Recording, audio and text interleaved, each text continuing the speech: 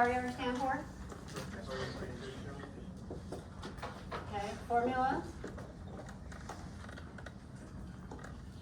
CO2 over volume oxygen. The CO2 over VO2. What important information does this give us?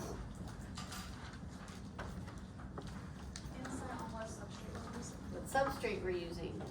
What's the range? The theoretical. Theoretically, it's 0.7 and 1.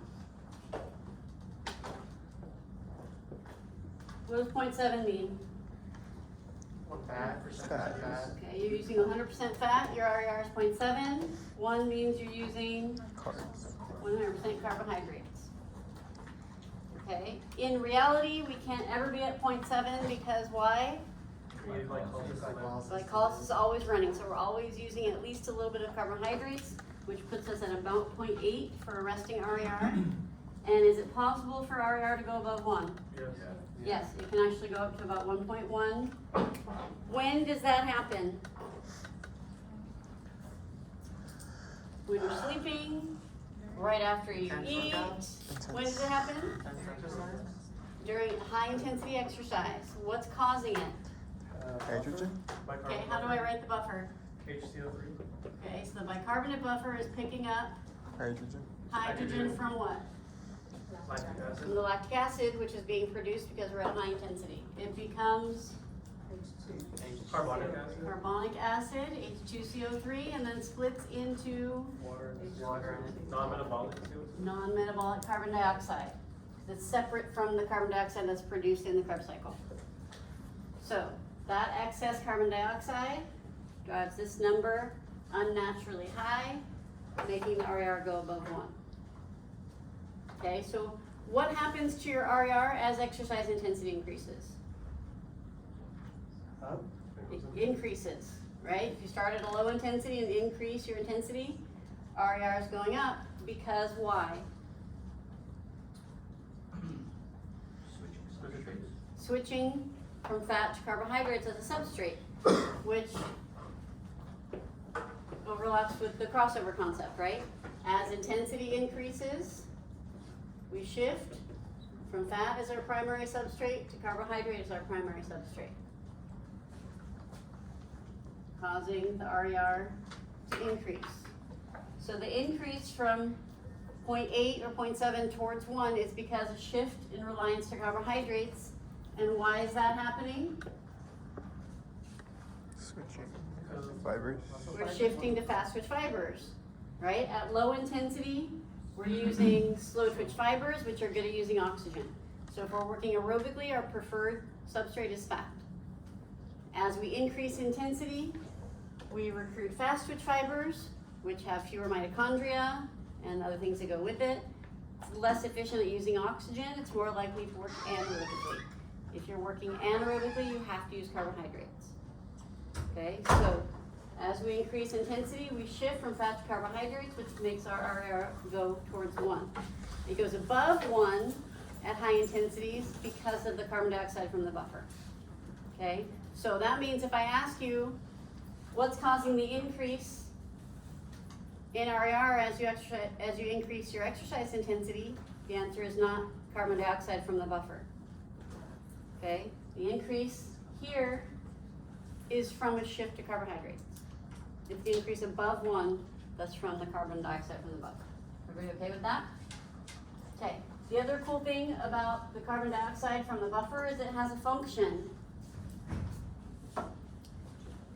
This carbon dioxide is now in your blood, and your blood is traveling all around your body before it goes into your lungs where you're going to exhale it. Okay? There's a part of your brain that controls your breathing rate. We'll just refer to it as the inspiratory centers. Carbon dioxide is a signal to the inspiratory centers to increase your breathing rate, so that you can blow off the carbon dioxide and get rid of it.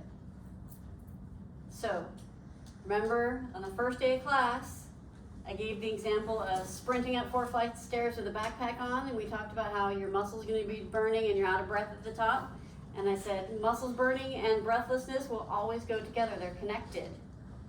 And I said we'll talk about it later. So this is where they're connected. If you're working at a high intensity, in anaerobic glycolysis, you're producing lactic acid. The buffer is working, picking up the hydrogen, producing carbon dioxide, which triggers the inspiratory centers in your brain to increase your breathing rate. So anytime your muscles are burning from lactic acid, your breathing rate will be elevated. The purpose of that is to blow off the carbon dioxide. Exhaling this carbon dioxide is helping you clear the hydrogen. That's how you balance your blood pH. So if you are out of breath after a sprint, you're doing sprint repeats, and you're out of breath, this is what's happening, okay? A lot of people think they're out of breath because they're trying to get more oxygen in. You don't need oxygen there because you're working anaerobically. You're breathing rapidly to get rid of the carbon dioxide. So it's gonna be better for you if you focus on the expiration rather than the inspiration when you're out of breath during your recovery. Make sense? Cool. Okay, what else do we cover in that chapter? I mean, in that lecture last week? That I need to review?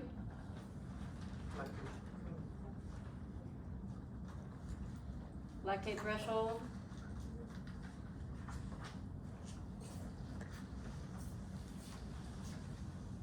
I started on lactate threshold. No. I didn't start on lactate threshold. Yeah, I have this right now. Yeah. It's like the graph and I did start on lactate threshold. everything. I think you just gave us the graph, and that was, And then you told us that like the average untrained person reaches lactate threshold at 50% VO2 max. And But I didn't do the rest to exercise transition yet. No. Okay. And I didn't talk about how to increase lactate threshold yet. What's the definition of lactate threshold? The point at which lactic acid begins to accumulate as exercise intensity increases. Okay, so lactate threshold is expressed as an exercise intensity.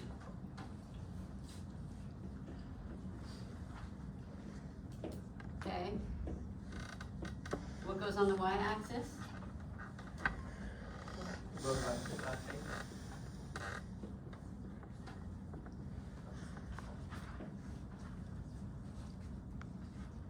So at low to moderate intensity, you're still producing lactic acid, but it's not accumulating it because you're able to clear it. As you increase your exercise intensity, you increase your lactic acid production, which you should be able to explain to me in detail. At some point, you're gonna reach an intensity where you're producing lactic acid faster so you can clear it. It's gonna start to accumulate. You can continue exercising, but if you increase your intensity again, it's gonna get harder and harder and harder and harder because now the increase in blood lactate is exponential, and it's gonna contribute to fatigue, which we're gonna get to today. So, average untrained person hits their lactate threshold at what intensity?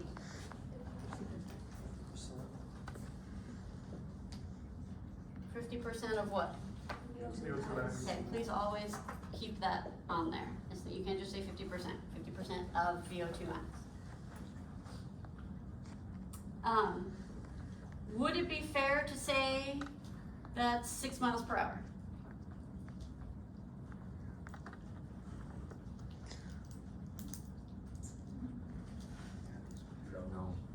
We could actually do a calculation. An average untrained woman, VO2 max 40, lactate threshold 20. Is that 6 miles per hour? Do you have any idea what speed this is? The speeds we were calculating last week were 6 miles per hour, 5 miles per hour, and they were in the 30s. Did we do metabolic rate in here? basal metabolic rate. We did basal and metabolic rate? Okay. Okay. So, if I said I hit my lactate threshold at 6 miles per hour, that is, sorry. That is an absolute intensity. 50% VO2 max is a relative intensity. 6 mile per hour is an absolute intensity, meaning 6 miles per hour is the same for everybody. 50% VO2 max is different for everybody. Just like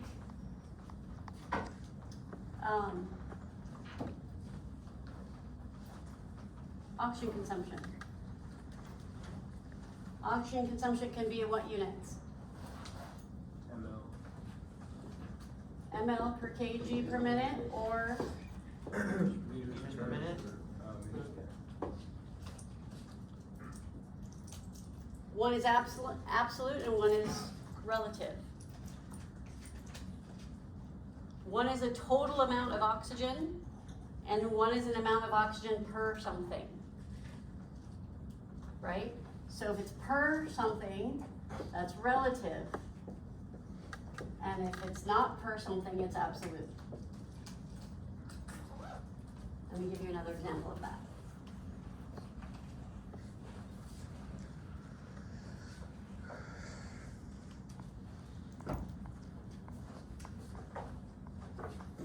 Let's say you need to buy a roll of paper towels. So you go into Vons, and these are your options. This paper towel costs $1.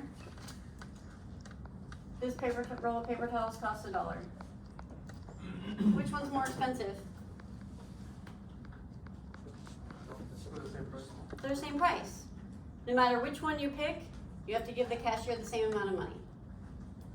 But if you're a smart shopper, you're gonna look at something else. What else might you look at? How many sheets it has. Okay, so this one is Vons brand, and this one is Brawny. Brawny has 50 sheets. Vons has 100 sheets. Now, which one's more expensive? 100 sheets? Brawny, you're paying twice as much per sheet. Okay, so the dollar is the absolute cost, the total amount of money you're paying the cashier. If we compare it that way, they're the same.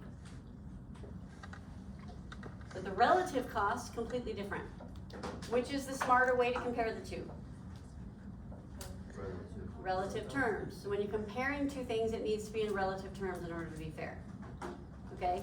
Both things are correct. It's correct that they have the same absolute cost. It's correct that one has a better relative cost. Okay? So, if we bring this back to oxygen consumption,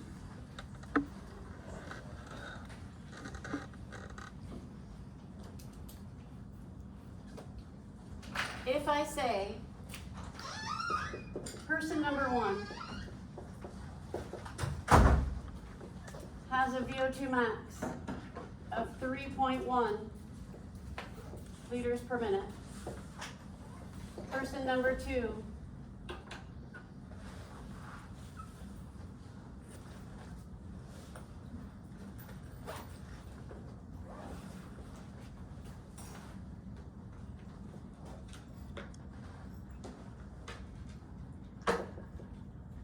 has a VO2 max of 3.1 liters per minute.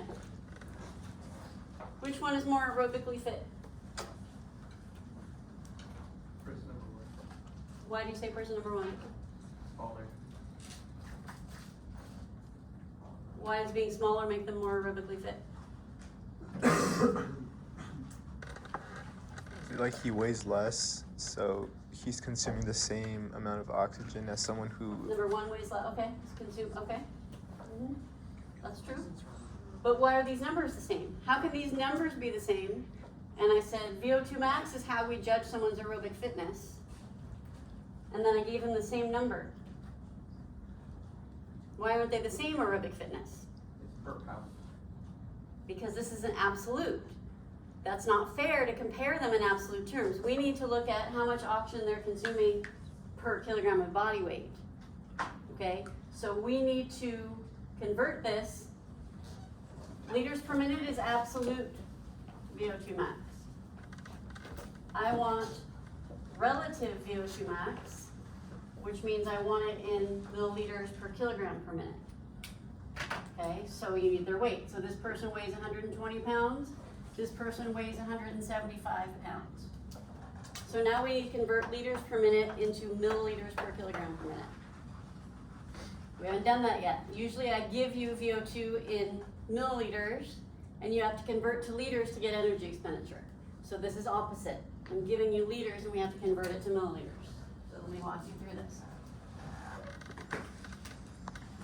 3.1 liters per minute. Everything's gonna be opposite. So liters are up here, I need liters down here to cancel out. 1,000 milliliters go up here. And then I'm trying to put kilograms into the unit, so they're going down here. Okay, for person number 1, what are the kilograms for this person? 54.55. Okay, so do this calculation, 3.1 times 1,000 divided by 54.55.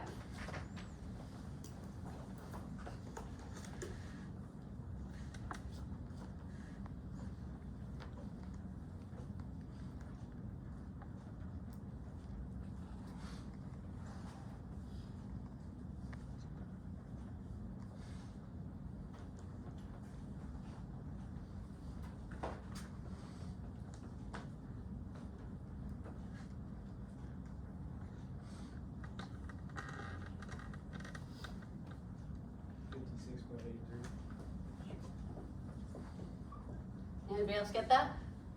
What's the unit? Milliliters per kg per minute. Liters cancel out. We've got milliliters on top of kilogram times minute. Okay, so person number 1 has a relative VO2 max of 56.83 mLs per kg per minute, which is a number that should have meaning to you. Okay, that's a high VO2 max. Calculate it for person number 2.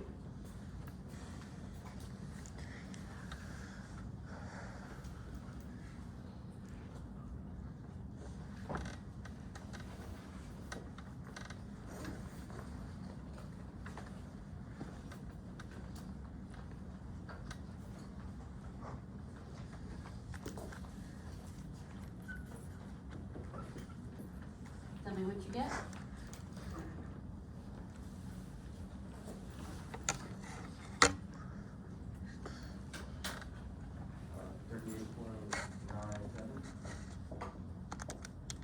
Anybody else get that? Yes. Okay.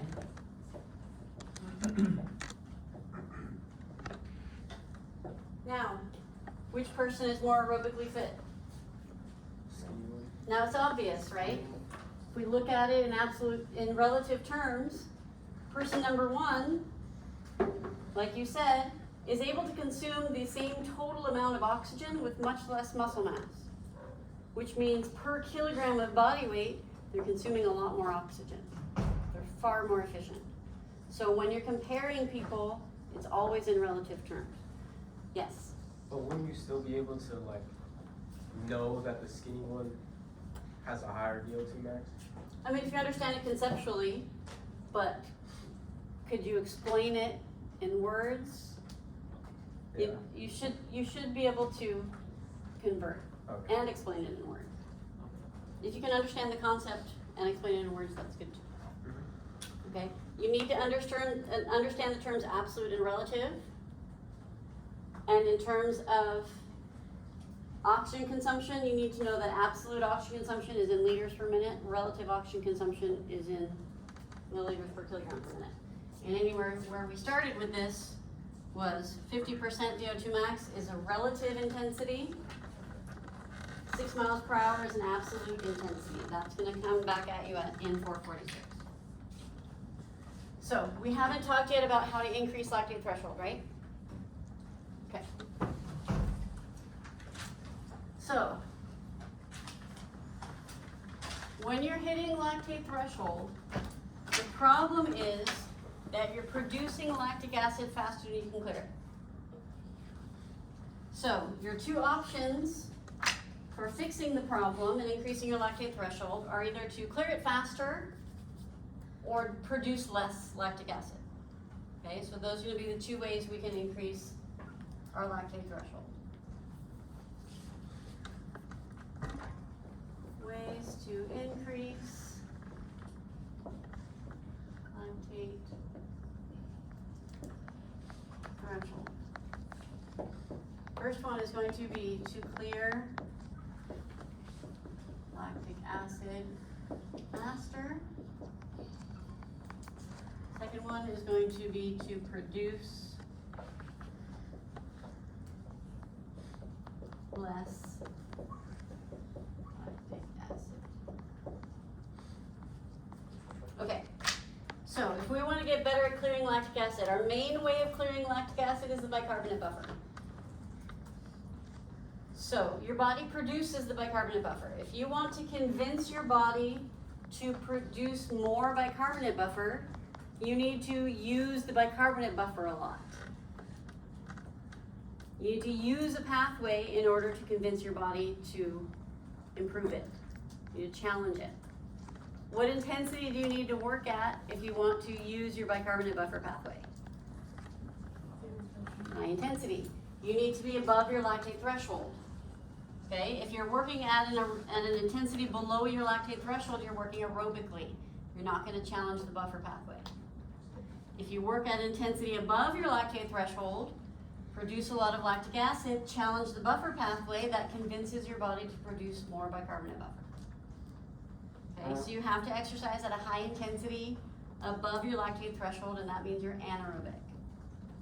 Okay, if you're working at a high intensity, you can't sustain that. You have to do it in intervals. So this is high intensity interval training. You work at a high intensity, you recover. You work at a high intensity, you recover. Real life example. If I hit my lactate threshold at 6 miles per hour, stay with my same example, that means 6 miles per hour is an intensity I can hold for 20, 30, 40 minutes. 7 miles per hour, I can hold it maybe for a minute or two, not much longer. If I go to 9, 10, 11 miles per hour, I can maybe hold it for 30 seconds. Okay? So, if I'm gonna do high intensity interval training, I'm probably gonna do 10, 11 miles, let's say I'm gonna do 10 miles per hour. I'm gonna hold it for a minute. It's gonna be very difficult. And then I'm gonna recover for a minute, either walking or jogging. And I'm gonna do it again. Or I might do, what is that example, 10 miles per hour? I might do 11 miles per hour for 30 seconds. And 30 seconds off. I might do 12 miles per hour for 15 seconds. And then take 30 seconds off. Lots of different ways to structure it. But the idea is high intensity intervals. High intensity recovery, high intensity recovery. Challenges your body to produce more bicarbonate buffer. Okay? So we're going to increase bicarbonate buffer. And anytime you write the words bicarbonate buffer, you should write the formula for it. Okay, so we do this by doing high intensity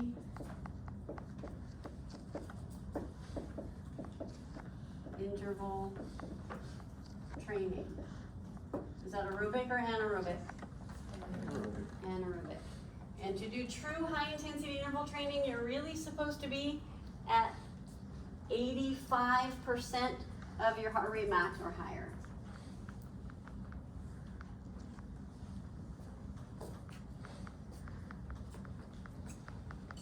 So what that's gonna do, if I hit my VO2, if I hit my lactate threshold at 6 miles per hour, and then I do that interval training 3 times a week, 6 weeks later, my lactate threshold might be at 6.5 miles per hour.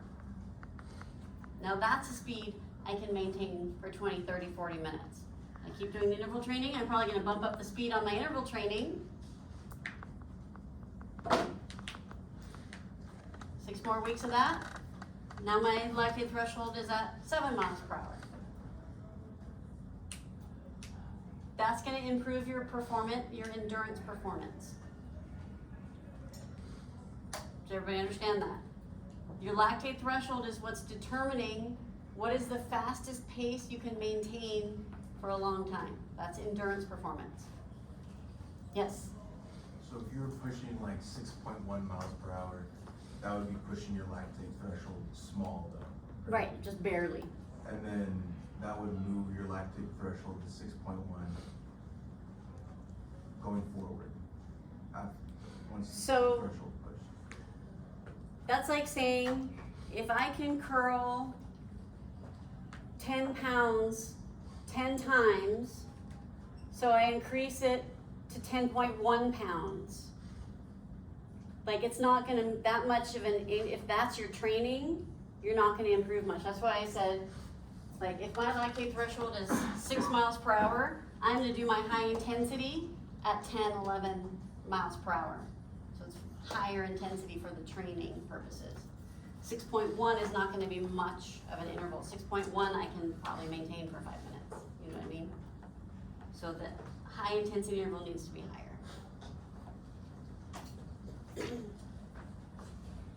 Okay, if I want to produce less lactic acid,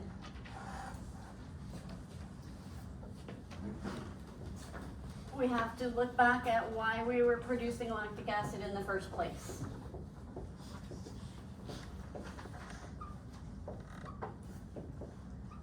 HLA is lactic acid.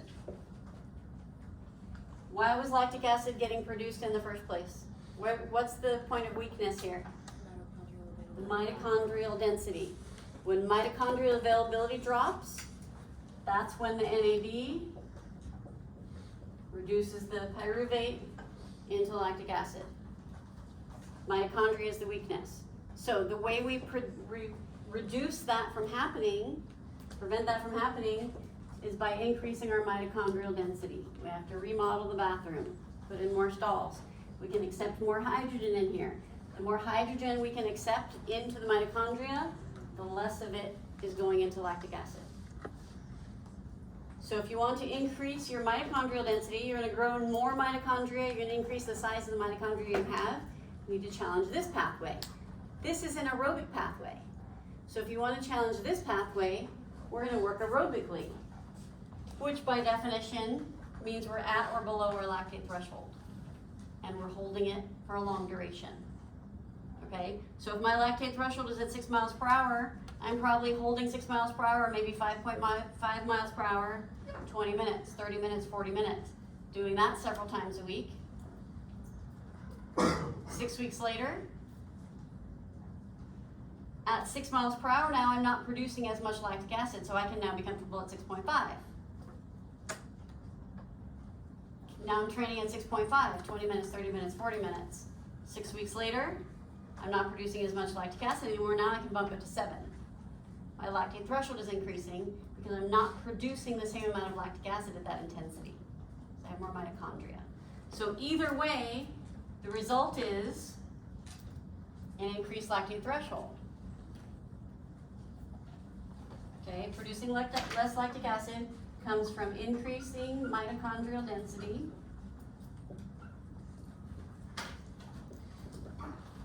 which comes from aerobic endurance training.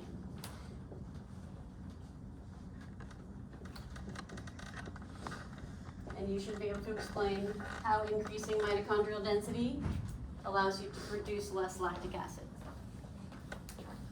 Yes? Sorry, you said increasing mitochondrial density could be the amount of mitochondria you have and the size of mitochondria? Yes. Okay, thank you. Yes? Is it like specific locations of your body, like certain muscles, if you work a certain muscle out over and over and over? In the muscles that you're training, yes. It'll happen in the muscles that you're training.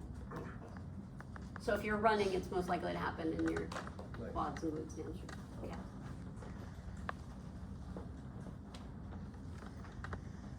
So what's the importance of having a high lactate threshold? What does that help you do?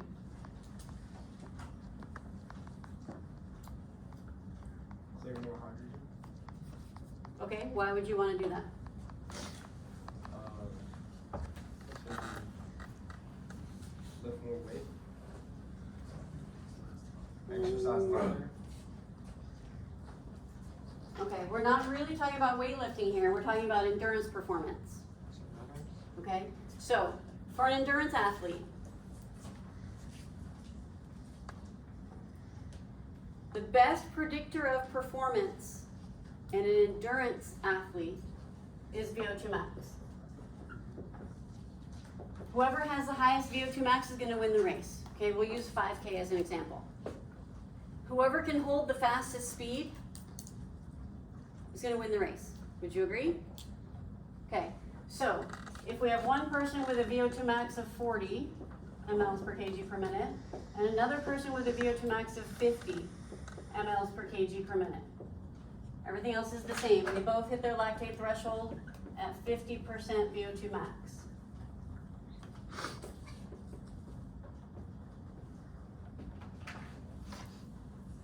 Okay, person number 1 hits their lactate threshold at 20.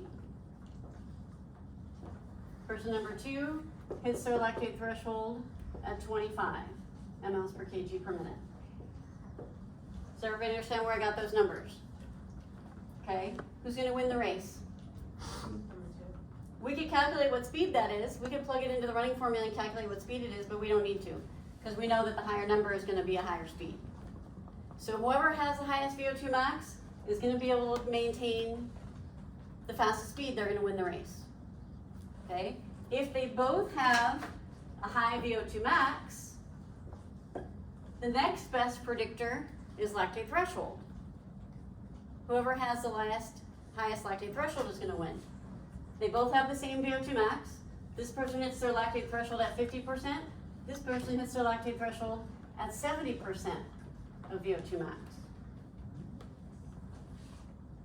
Okay, now person number 1 is at 25 mLs per kg per minute. What is person number 2 at? What's 70% of 50? 35.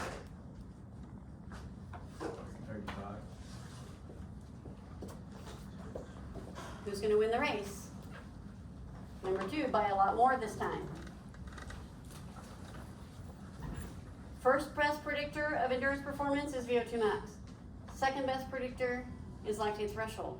Now if you have someone who has a higher VO2 max and a higher lactate threshold, let's say this person has a VO2 max of 60 and a lactate threshold of 75% of VO2 max. Where are they hitting their lactate threshold?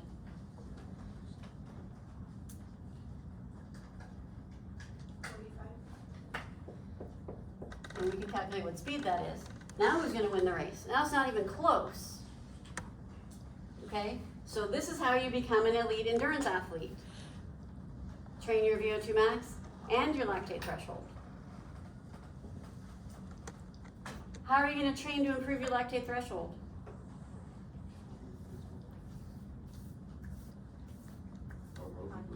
Okay, you're gonna do long runs to increase your mitochondrial density. Are you also gonna do sprints? Yes. Does sprint training help an endurance athlete? No. Yeah, to some degree, yes. What is the second most important predictor of endurance performance? Lactate threshold. Does sprint training help an endurance athlete? Yes. Yes, how? Increase lactate threshold, yeah. Lactate threshold is what determines what your race pace is. Does sprint training affect your lactate threshold? Yes. So it's like, should an endurance athlete be doing endurance training or sprint training? The answer is yes. They should be doing both.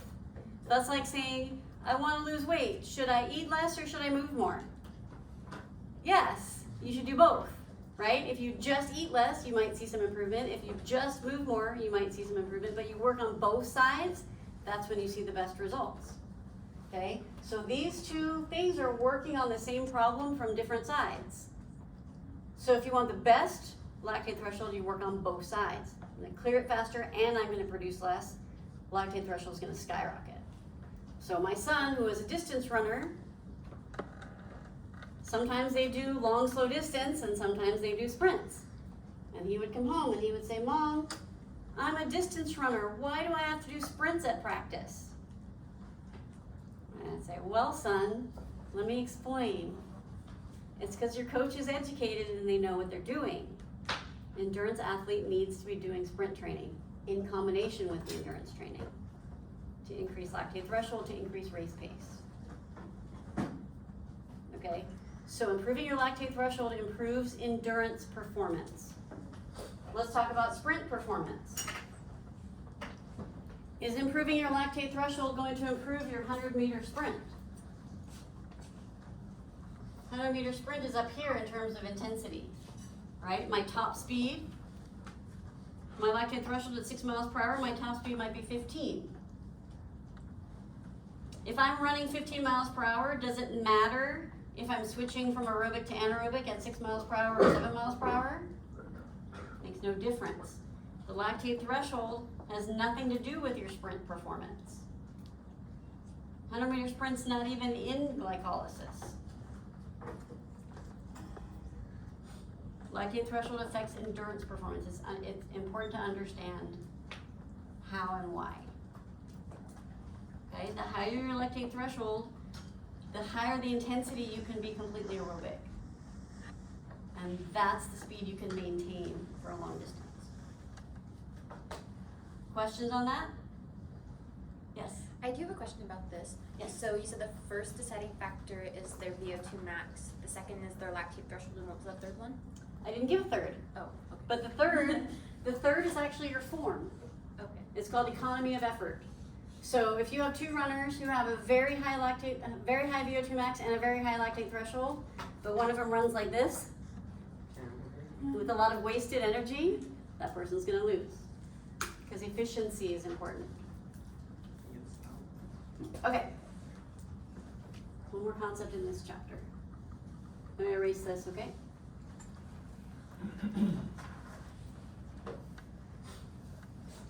Okay, this is going to be the rest to exercise transition.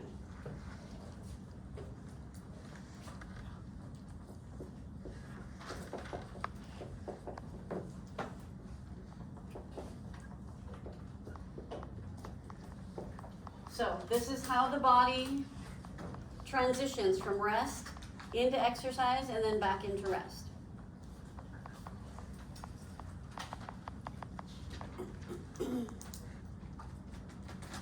Let me ask you this. You don't need to write down my examples. Just try to follow the concept. If you were to, let's say you're standing on a treadmill, and you're standing on the rails, and the treadmill's running. Okay, you have the treadmill going at 6 miles per hour. So you go from standing still, you jump on the treadmill, and you run at 6 miles per hour, which is a comfortable pace for you. You run there for 10 minutes, and then you jump back off the rails. If we were to map out your heart rate during that, what would it look like?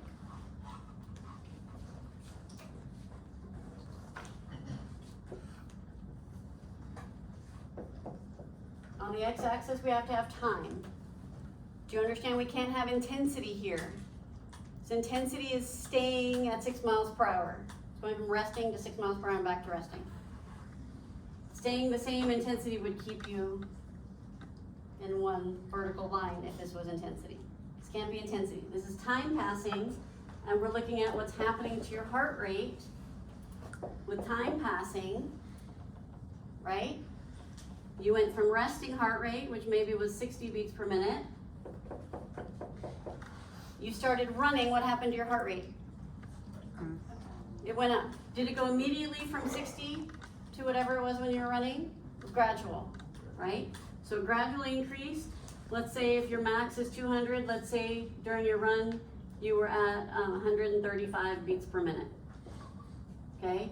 During that run, your heart rate should stay steady while you keep the same pace, right? We talked about we increase the intensity, heart rate goes up. If we keep the same intensity, your heart rate should stay the same during that run, however long you're running. And then when you stop running, heart rate's gonna go gradually back down to where it started. Does that make sense to you? Okay, so we're gonna do the same thing with oxygen consumption. Standing on the rails, if we consider that resting, what would you estimate the oxygen consumption at? Just above resting. Resting oxygen consumption, what's the number? 3.5. 3.5 mLs per kg per minute. Could you calculate oxygen consumption at 6 miles per hour? Could you? Plug it into the formula, it's like in the 30s. Okay, so if we put VO2 here, for oxygen consumption, it's gonna look similar. 3.5 mLs per kg per minute at rest. Let's say your max is 50. Your run put you at 30 mLs per kg per minute. Oxygen consumption is gonna gradually go up.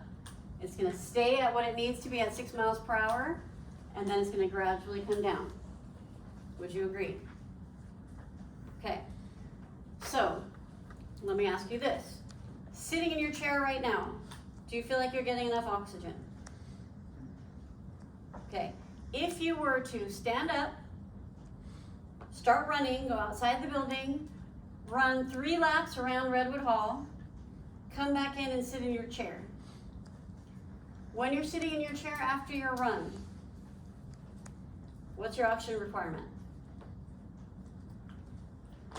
Higher. It's not, you're sitting in your chair. What's your oxygen requirement? It's 3.5.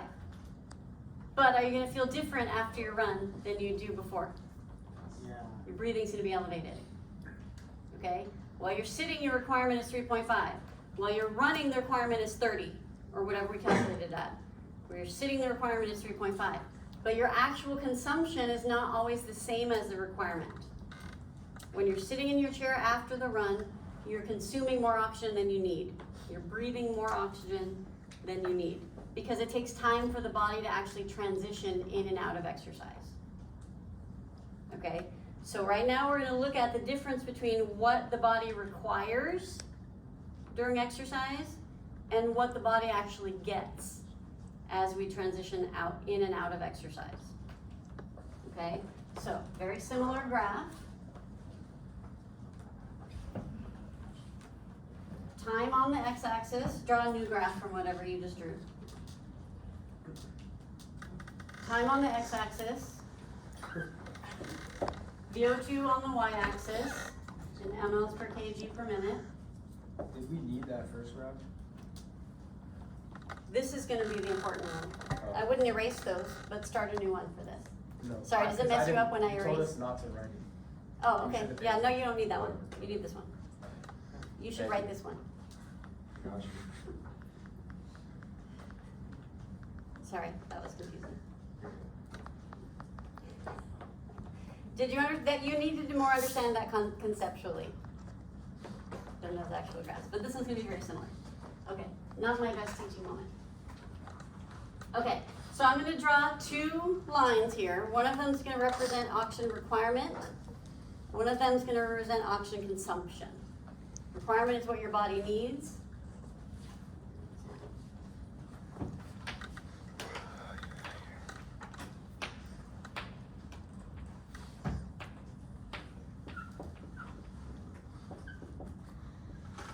Oxygen requirement is what your body needs.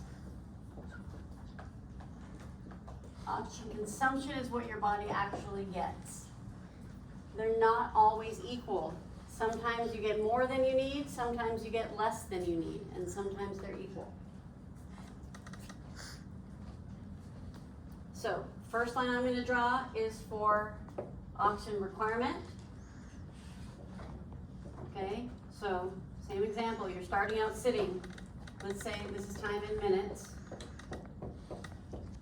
Okay, so let's say you're sitting for several minutes, and then you get up and you start running 6 miles per hour. Okay, so we're going immediately from sitting to running. So, again, let's say we're at 30. You keep running 6 miles per hour, whatever it is, for several minutes, and then you sit back down. As soon as you sit back down, your requirement for oxygen drops back down to 3.5 mLs per kg per minute. Okay, this line represents oxygen requirement. This is where you started exercising. This is where you stopped exercising.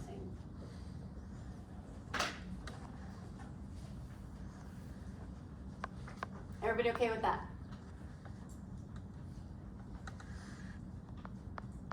Okay, next line I'm gonna draw is for oxygen consumption, what you're actually gonna get. I'm gonna draw it in a different color. If you're using the same color, make it a dotted line so you can tell the difference between the two lines, because they're gonna overlap. When you're sitting in your chair, right now, before you exercise, do you feel like you're getting enough oxygen? So these lines are equal. Okay, I'm gonna do dotted line. I'm gonna put it right below it so you can see it, but they're equal. As soon as you started running, your requirement went up, but we decided the consumption is gonna gradually go up, right? It doesn't immediately jump up, it's gradual.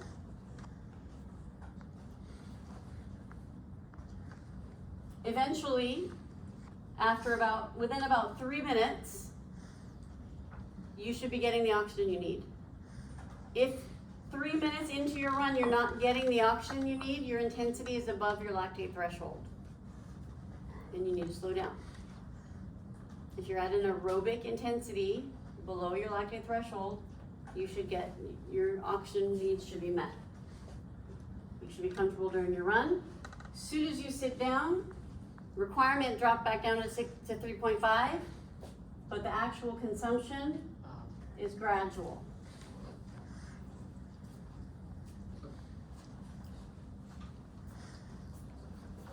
Okay, so this line represents oxygen consumption, what the body can actually do.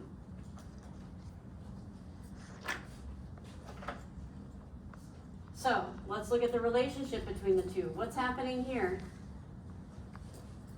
What's the relationship between consumption and requirement? Not getting enough. Okay, so consumption is less than requirement. This is called oxygen deficit. Deficit meaning you're not getting enough. Okay, so in oxygen deficit, we can say oxygen consumption is less than oxygen requirement, or you could say oxygen requirement is greater than oxygen consumption. If you're uncomfortable with the alligator symbol, you can use words, less than or greater than.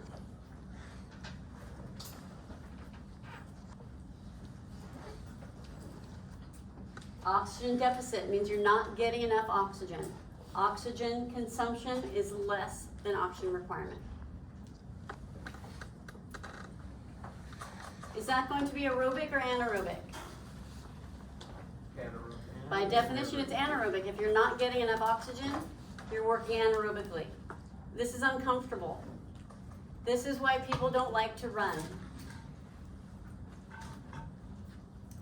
If you don't like to run, or you take your friend out running who doesn't like to run, they get 2 minutes in, and they say, no, I told you I hate running. This is so uncomfortable. I'm just gonna walk. They're right here in their deficit. What they don't realize is within 3 minutes, their needs should be met and they'll be comfortable. If within 3 minutes, they're not comfortable, what's happening? They're above their lactate threshold, the pace is too fast. So you need to slow down. Slow it down. Within 3 minutes, they should be comfortable. What's happening here?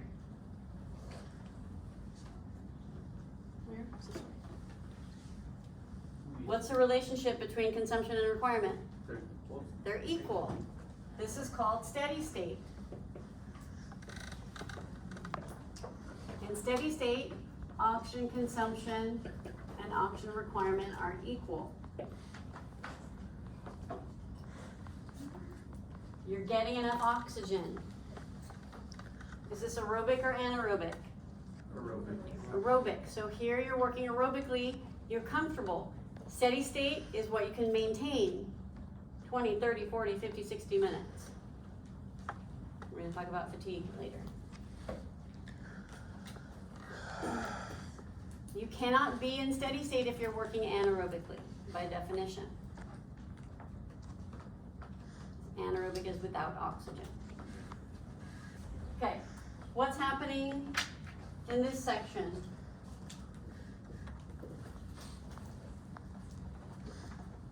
Consumption is greater than the requirement. Consumption is greater than requirement.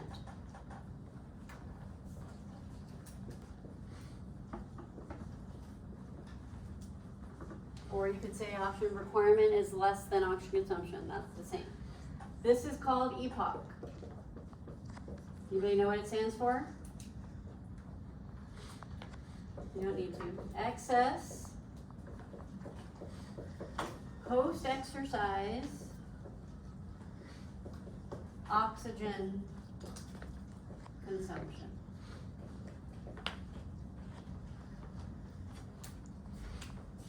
Excess means more than you need. Post-exercise means after exercise. And oxygen consumption. So this is consuming more oxygen than you need after you exercise. Your breathing rate is elevated more than it needs to be. After you finished running around the building 3 times, you sat down and your breathing rate was elevated. You're in EPOC.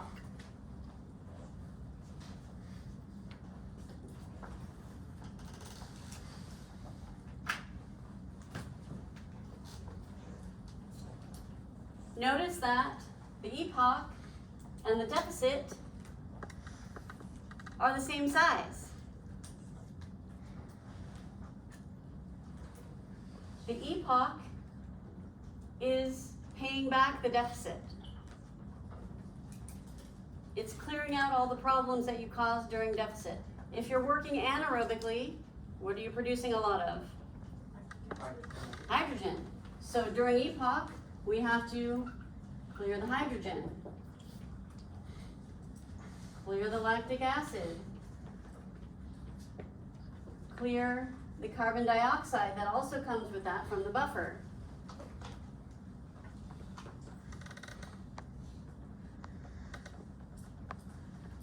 Remember that the first ATP you use when you start exercising is the ATP that's stored in the muscle, so we have to replenish that.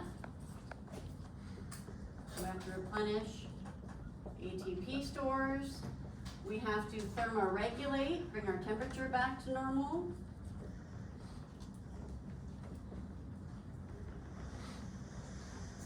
Have you ever noticed that sometimes you don't really even start sweating much until you stop exercising, and then when you stop, all of a sudden you're sweating? You're in EPOC. Okay, so EPOC is correcting all the problems you caused when you were in deficit, working anaerobically. The bigger the deficit you create, the bigger the EPOC you create. The smaller the deficit, the smaller the EPOC. So we could reduce or eliminate the deficit and the EPOC very easily. We could do a warm-up. In this example, I specifically had you going from sitting or standing still to running at 6 miles per hour. So the requirement jumped up. If instead we did a gradual increase, so take your friend and instead of starting from a stop and starting at your run pace, you're gonna maybe walk at 3 miles per hour and then start jogging at 4 miles per hour and then start jogging at 5 miles per hour and then start jogging at 6 miles per hour. The requirement line is gonna more closely match what the body can actually do. It's going to be much more comfortable.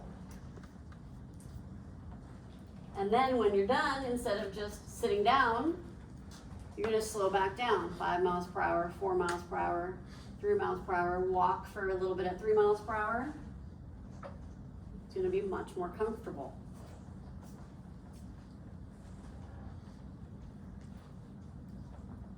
But deficit and EPOC are not necessarily bad. They're not necessarily things we're trying to avoid. Sometimes we create deficit on purpose. If we do high intensity interval training, every time we go into an anaerobic interval, we're creating deficit on purpose.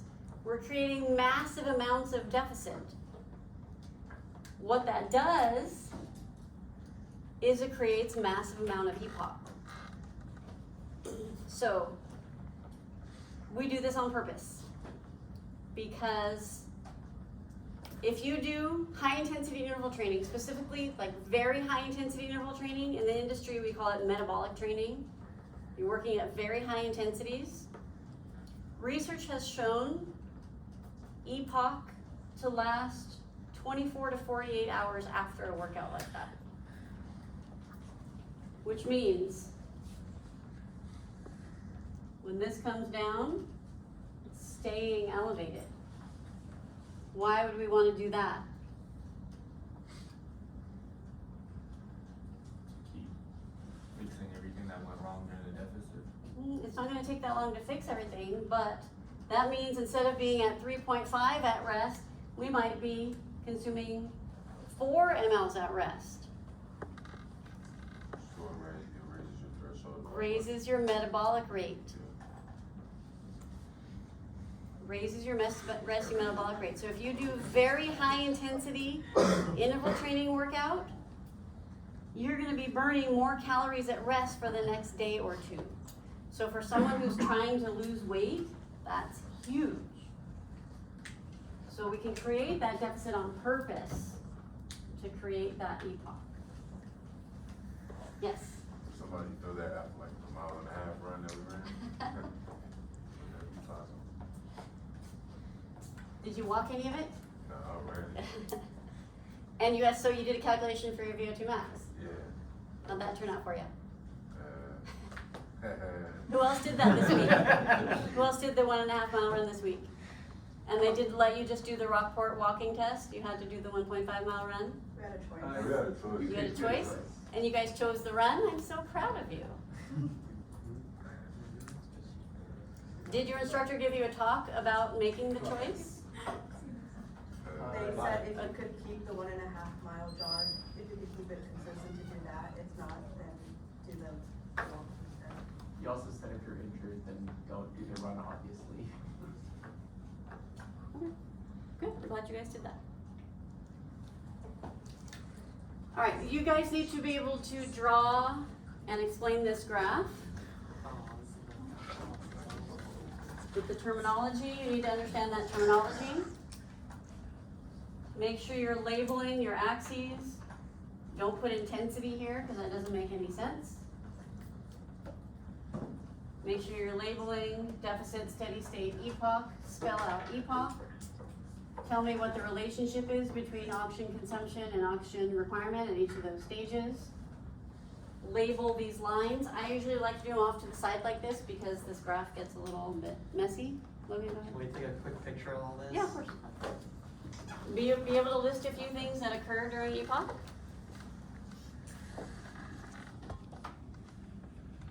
You say a few things, like 2 or 3? I usually ask for like 3. I usually give like 5 or 6 and ask for 3. Please try to understand what this graph means and how to read it for a lot of reasons.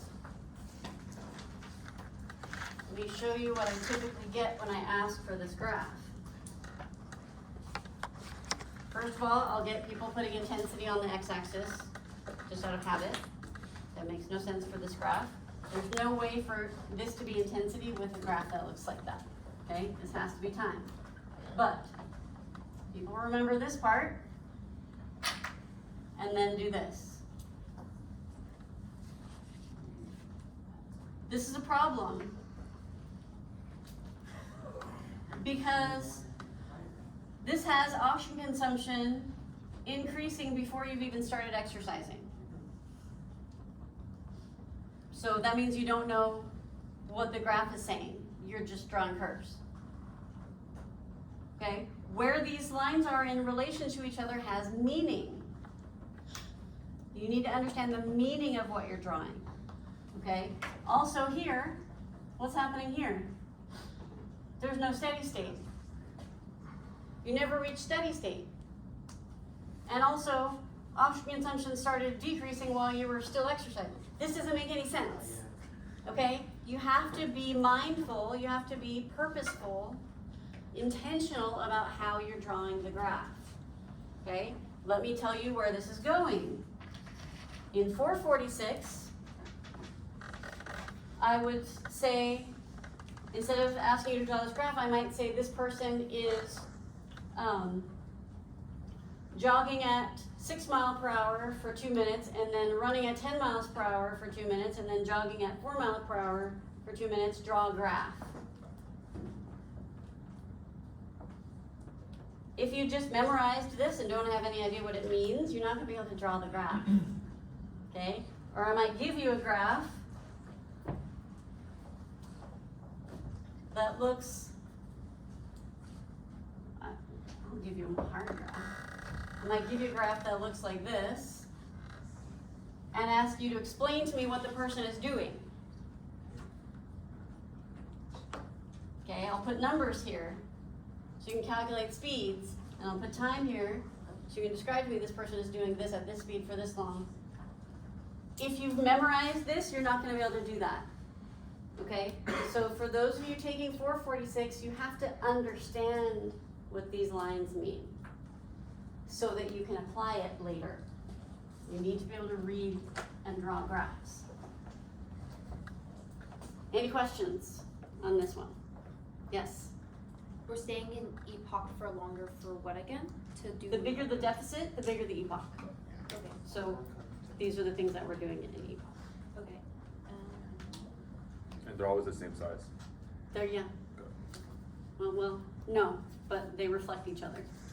The bigger the deficit, the bigger the epoch. I wouldn't say they're exactly the same size. Yeah. Okay, I think that was the end of that chapter. So then we go into chapter 6, which is fatigue. Go ahead. Do we get a break? Not yet. You need a break now? Uh, I'm gonna start chapter 6 and then give you a break. Because I'm doing what I did in my Tuesday lecture. okay. But I can do it now if you need it. That's fine. Okay. I actually did do a little more than I did. Okay. Chapter 6 is fatigue. Logan needed a break. So, I don't want him to miss this though.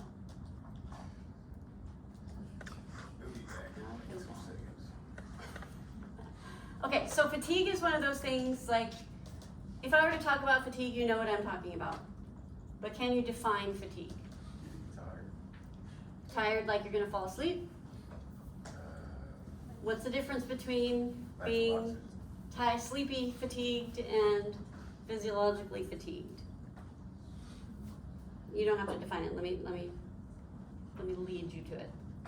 So when we talk about fatigue and physiology, we're talking about the interruption of muscle contraction. So what that feels like to you is you're trying to maintain a certain intensity, but you're having trouble. So let's say you're sprinting at 12 miles per hour. And it's getting harder and harder. That's not a speed you can maintain, right? It's getting harder and harder. Something's interrupting the muscle contraction. Sweating, you will be sweating during that. Sweating is not fatigue. Sweating is thermoregulation. That's actually helping you continue. It's not blocking you, it's helping you continue.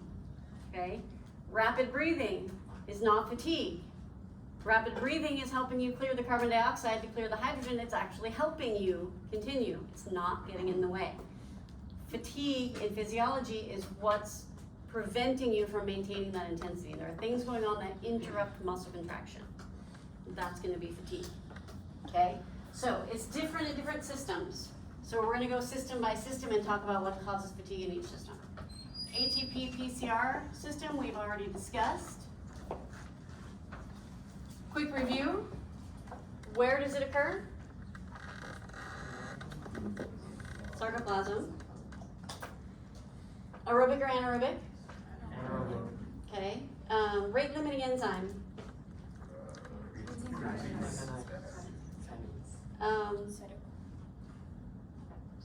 Is creatine kinase. Substrate.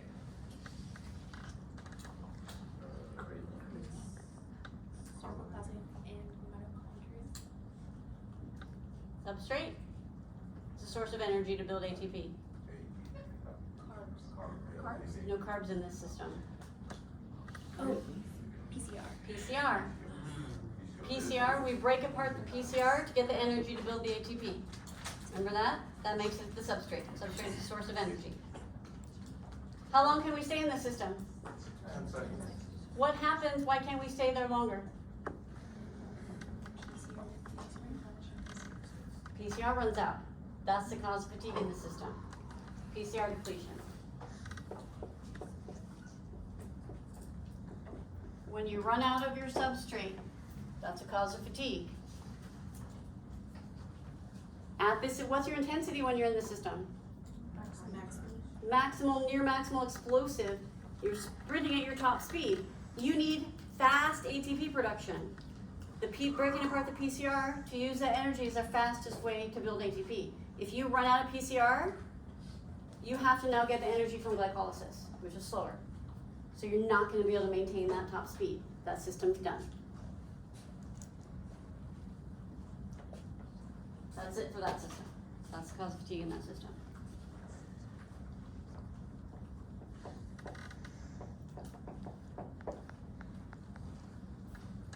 Glycolysis is a big one. Let's take a break now. Sorry, Logan. No worries. That was a perfect time for a break. I should have listened to you. No worries. It's 5:10. Let's take a break 5:15 before I start glycolysis.